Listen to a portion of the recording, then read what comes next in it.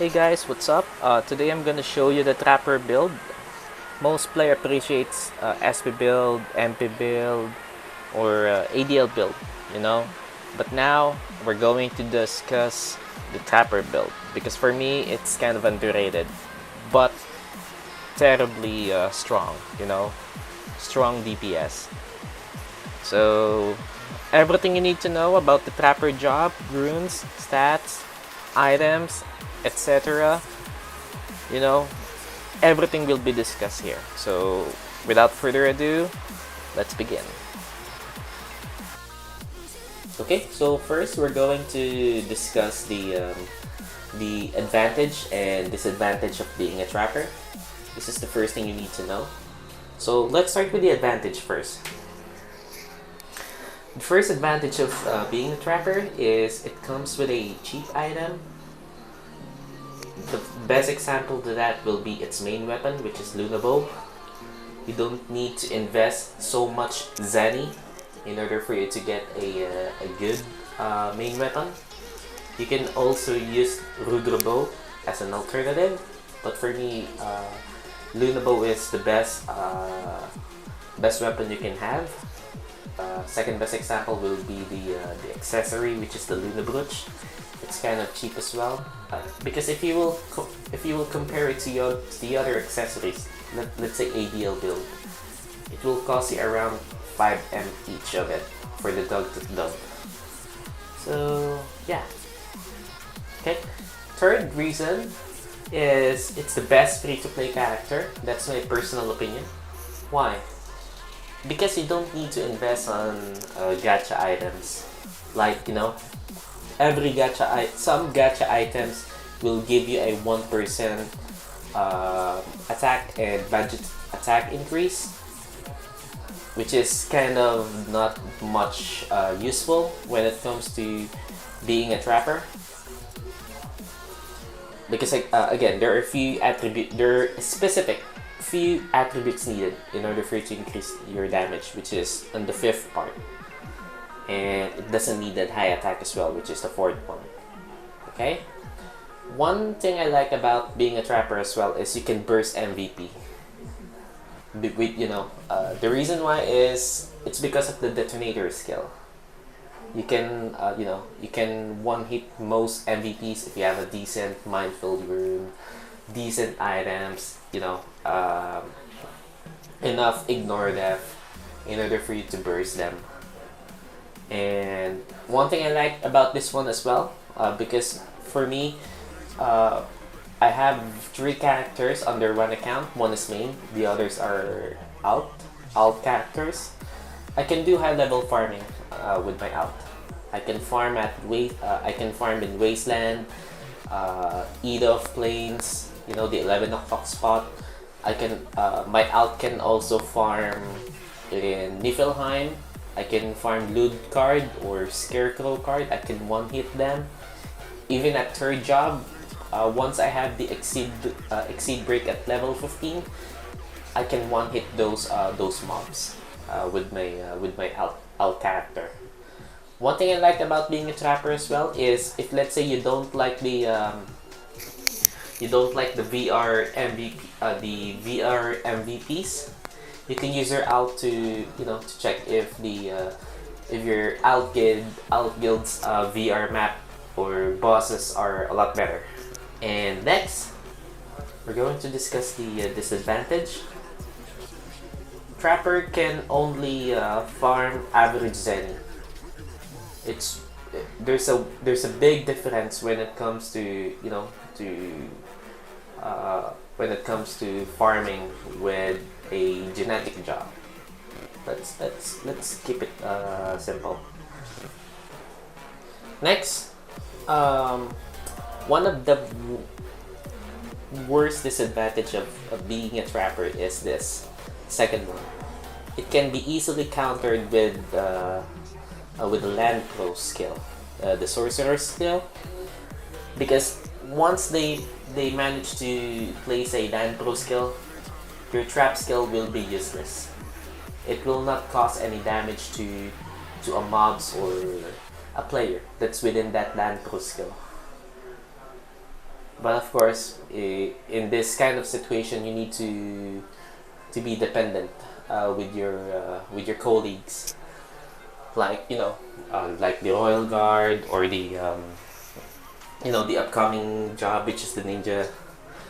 And next, um, one disadvantage of this one is it takes some time to burst the player or the MVP. The best example to this one is, let's say someone's trying to kill still your MVP, during SMVP time or board MVP board.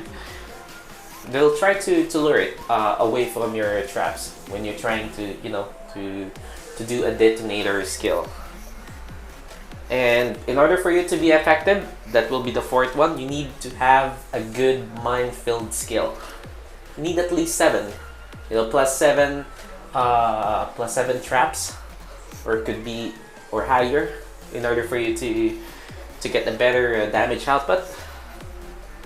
And one disadvantage of being a trapper as well is you're an easy target. Okay, but this can be compensated if you have a smoky card deposited on your in your accessory. Okay, because if you have a smoky card, or if you're in a hidden status, you can still plant your traps, and even your traps will get hidden if you have a smoky card. So this is a very useful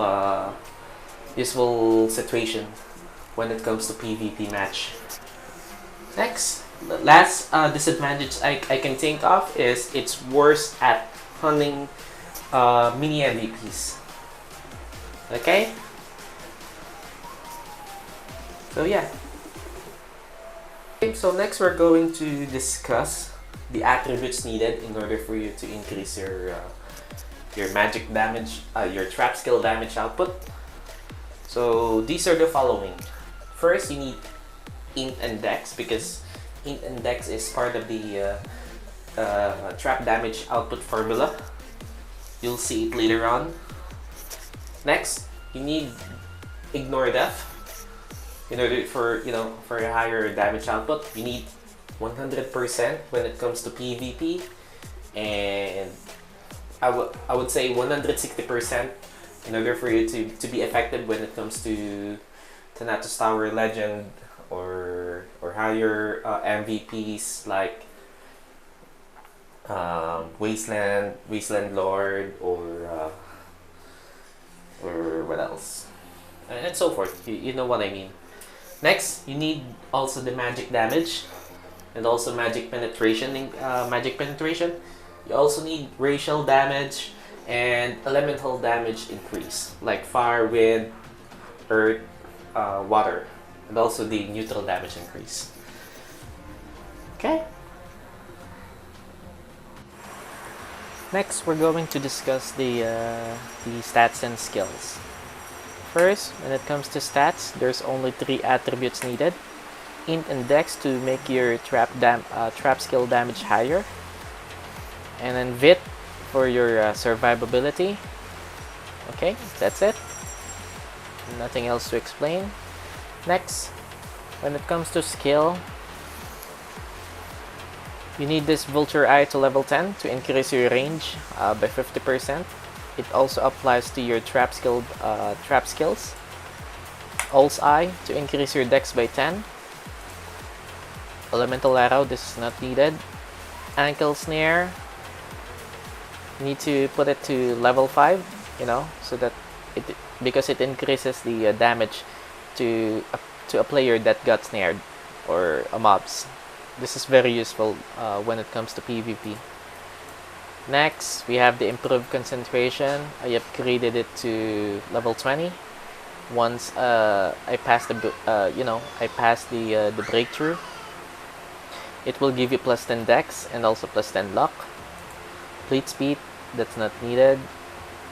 Lightning arrow, that's not needed anymore as well. Frost trap, this is one of your trap skill water magic damage based on death. It freezes your target with a 20% chance. If not frozen, it will slow them by 50%. Just, which is still useful. Flamer Trap. It's a far magic damage based on depth. Okay.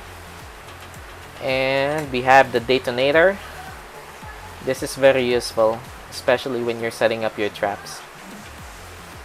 This is very useful when farming bosses, dungeons, and so forth. So many it's very useful, to be honest. Next, we have the Beast Mastery. I upgraded it to level 10 in order for me to get the level 5 stun, as it will, it will increase the damage to stun target by 15%. We have the True Sight. It increases all of your attributes by 5 for 1 minute. We have the Wing Walk to increase your movement speed by 20% and flee by 20 for 5 minutes. Once you activated your Acer rune for the Wind Walk, it also reduces range damage by 10%. We have the passive skill Trap Research. It increases your int by 10. It also increases your traps damage by 20 points, and also it increases the limit of the number of traps by 8. Next, we have the Landmine.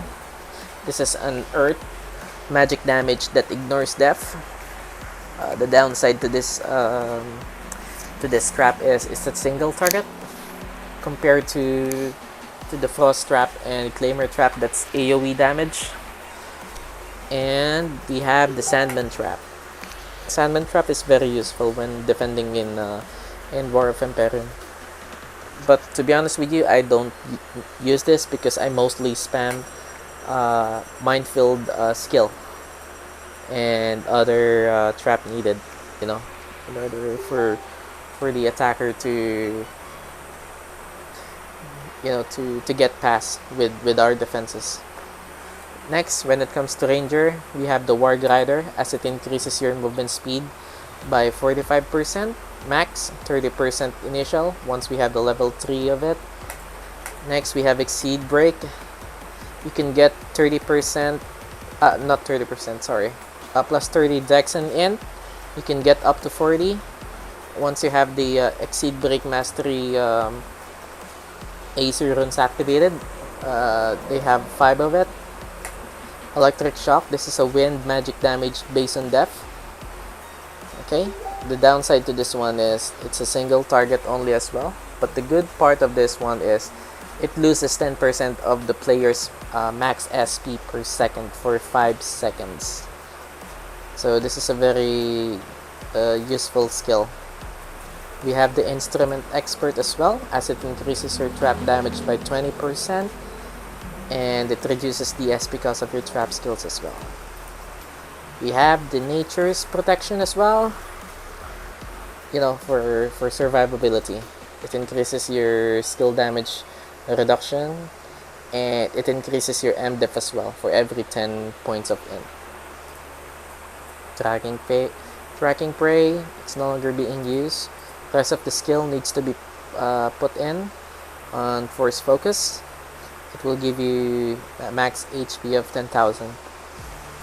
Next, for the 4th job skill, we have the Comet Trap. This is your main trap skill damage. It's a neutral magic damage based on death, and it comes with a passive of additional 28% damage increase, and it can cause enemies in the range to get stunned as well. We have the Blazer Trap. Within 4 meters, enemies within that range will get silenced and stunned. That trap lasts 15 seconds. The downside to this one is it can be attacked. Next, we have the Dark Matter Trap. This is one of your crowd control skill. It has a decent damage, and it has a chance to cause enemies to get into the black hole state. So this is a very useful skill when it comes to clashing with the other players.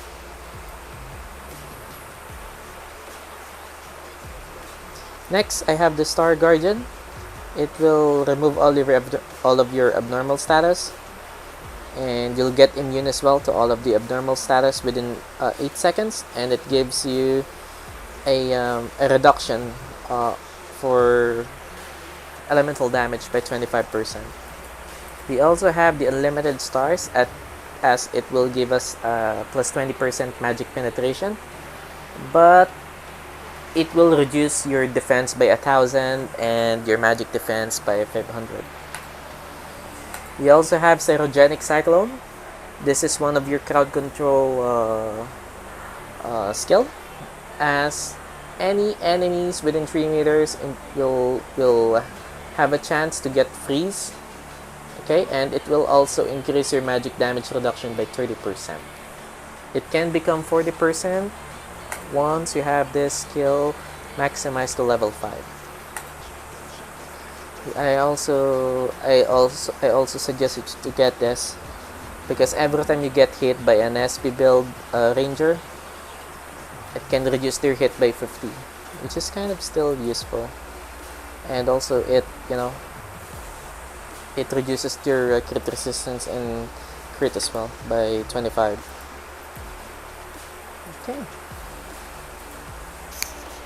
Okay, so the first part of the video is over. Please don't forget to like and subscribe on my channel, and I'll see you on the second part of the video. Link is on the description below so that you can check it out. Yeah, I'll see you there.